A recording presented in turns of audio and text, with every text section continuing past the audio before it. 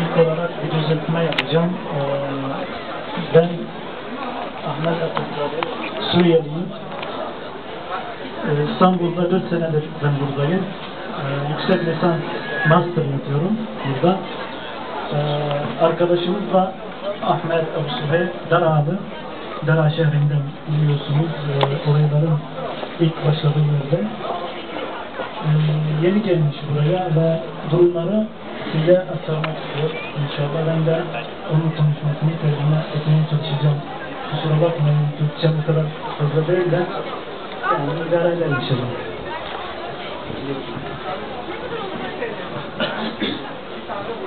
Bismillahirrahmanirrahim. Ve sallallahu ala seyyidina Muhammedin ve ala alihi ve sahbihi ecma'in ve ba'd.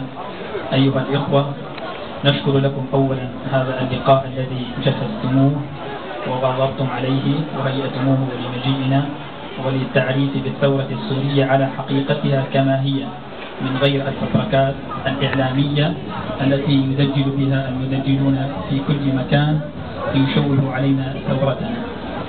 أيها الإخوة، أنا جئت من داخل سوريا لنشرح الواقع كما هو بعيدا عن ألاعيب الصحف والتلفزيونات والميديا الإعلامية بجملتها.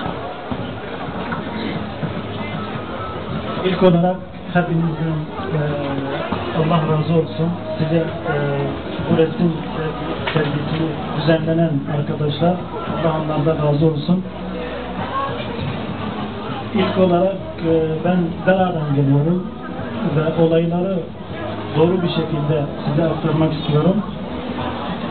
Medya oyunlarından uzak ve medya uydurmalarından uzak. Çünkü medya şu an tüm olayları yani gerçek olayları yansıtmıyor insanlara.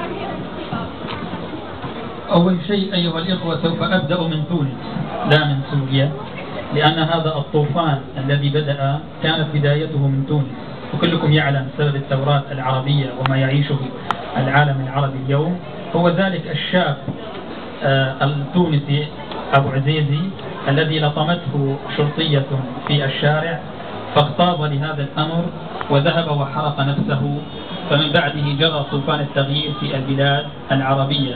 طبعا أبو عزيزي أيها الإخوة عندما حرق نفسه لم يأخذ إذنا من أمريكا، يعني أمريكا ليست هي من أعطته الإذن، قالت له نحن سوف نفعل مؤامرة على العرب من أجل أن نقوي إسرائيل فأنت أحرق نفسك. البعض يفهم هكذا الآن، يقولون ما يجري في البلاد العربية هو مؤامرة، وأن أبو عزيزي ربما حرق نفسه ليكون وقود هذه المؤامرة.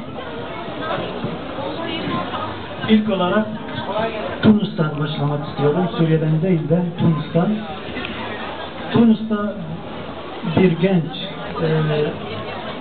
yolda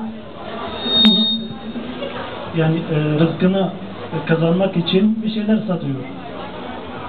Ve bir polis kadın geliyor ona ve ona tokat atıyor. Yani sürekli biz kovuyoruz seni, tekrar geliyorsun diye. Tokat attı. O da yani son noktaya gelmişti. Umutsuzluktan ve bıktı gerçekten bu zulüm birikmiş zulümden ve kendisini yaktı. Orada meydanda kendisini yaktı ve ondan sonra Tunus'un olayları başladı. Ve bu adam Abu Azizi kendini yakınca Amerika'dan ya da başka yerlerden izin almadı. Şu an medyada ve gazetelerde şunu yaymak istiyorlar. Bu olaylar ya da bu mazlumlar baharı hepsi oyun. Amerika'nın oyunu ya da başkalarının. Bunlar hepsi gerçek değil. Abu Azizi kendisini yakınca Amerika'dan bir izin beklemedi, izin istemedi. Yani Amerika izin vermedi ona. Git kendini yak ve bu olaylar başlasın diye.